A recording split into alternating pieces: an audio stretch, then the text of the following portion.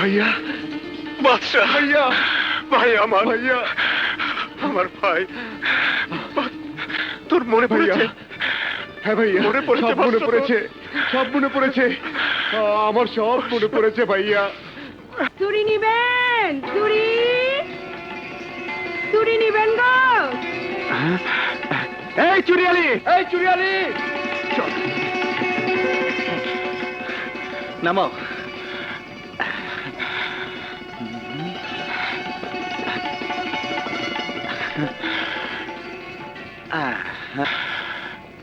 দাম কত? 2 ডজন 10 টাকা।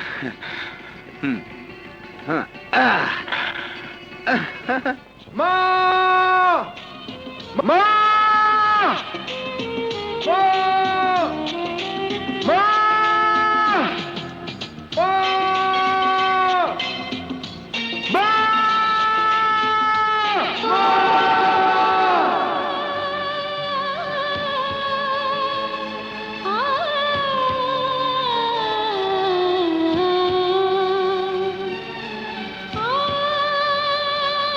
ভাইয়া, ভাইয়া, মা কোথায় জানি না, তবে আমার মন বলছে মা নিশ্চয় বেঁচে আছে।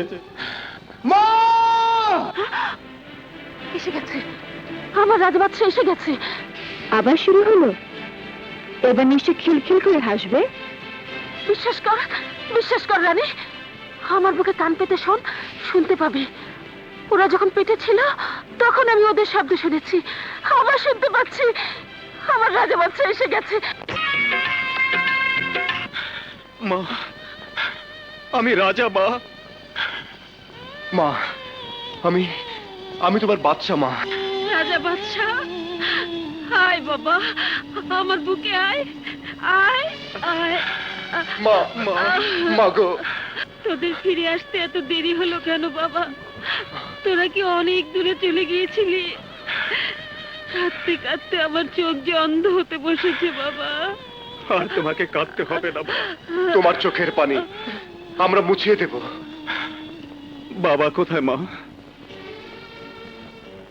হ্যাঁ মা, বলো বাবা কোথায়?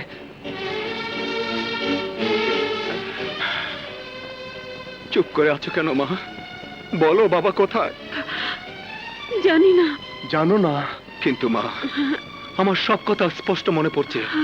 বাবা ওদের সাথে মারামারি করছিল আর আমাদের পালাতে বলেছিল। তুমি না পালিয়ে ছুটে গেলে বাবার কাছে, আর আমরা পালাচ্ছিলাম। হঠাৎ পিছনে দেখলাম চাচার 2 শালা। দৌড়ে গিয়ে ব্রিজে উঠলাম। উল্টো দিক থেকে ট্রেন আসছিল। বাদশা কিনে ঝাঁপিয়ে পড়লাম নদীতে। কখন যে বাদশা আমার হাত থেকে ছুটে গেল টেরও পেলাম না। কিন্তু মা, তুমি তো বাবার কাছে ছিলে। আমি অজ্ঞান হয়ে গিয়েছিলাম। অজ্ঞান হয়ে গিয়েছিলে? হ্যাঁ, তারপর থেকে তোমরা আসার আগ পর্যন্ত ভাবি পাগল হয়ে গিয়েছিলেন। 20টা বছর আমাদের মা পাগল ছিল। হ্যাঁ রাজা, যেদিন থেকে তোমরা নিখোঁজ সেদিন লোকজন নিয়ে সংগ্রাম চৌধুরী গ্রামে এসেছিল। ঘোষণা করলো তোমার দাদা মারা গেছেন আর তোমার বাবা গ্রাম ছেড়ে চলে গেছেন। কিন্তু আমরা এসে গেছে চাচা। আজ না হোক কাল, কাল না হোক পরশু, পরশু না হোক কোনো একদিন আমরা নিশ্চয়ই জানতে পারবো কি ঘটেছিল আমাদের বাবার ভাগ্যে। আর যেদিন জানতে পারবো সেদিন আমাদের প্রতিশোধের আগুন থেকে কোনো পাপে রেহাই পাবে না। আরে রাখো তোমাদের প্রতিশোধ, আগে মাকে নিয়ে ঘরে যাও। 20 বছর ধরে রাস্তা রাস্তায় ঘুরে বেড়ায়, তোমাদের ছেলে সে খাবে না, ঘরে উঠবে না। ওহ, কি যে কষ্ট গেছে আমার। বাঁচা গেল। এখন থেকে তোমাদের মাকে তোমরাই দেখবে। তা তো হবে না, এতদিন যখন তুই দেখেছিস, বাকি জীবন তোকেই দেখতে হবে। কেন? তোমার ছেলে বউদের কথা শুনতে? আমি তা পারবো না বলে দিচ্ছি।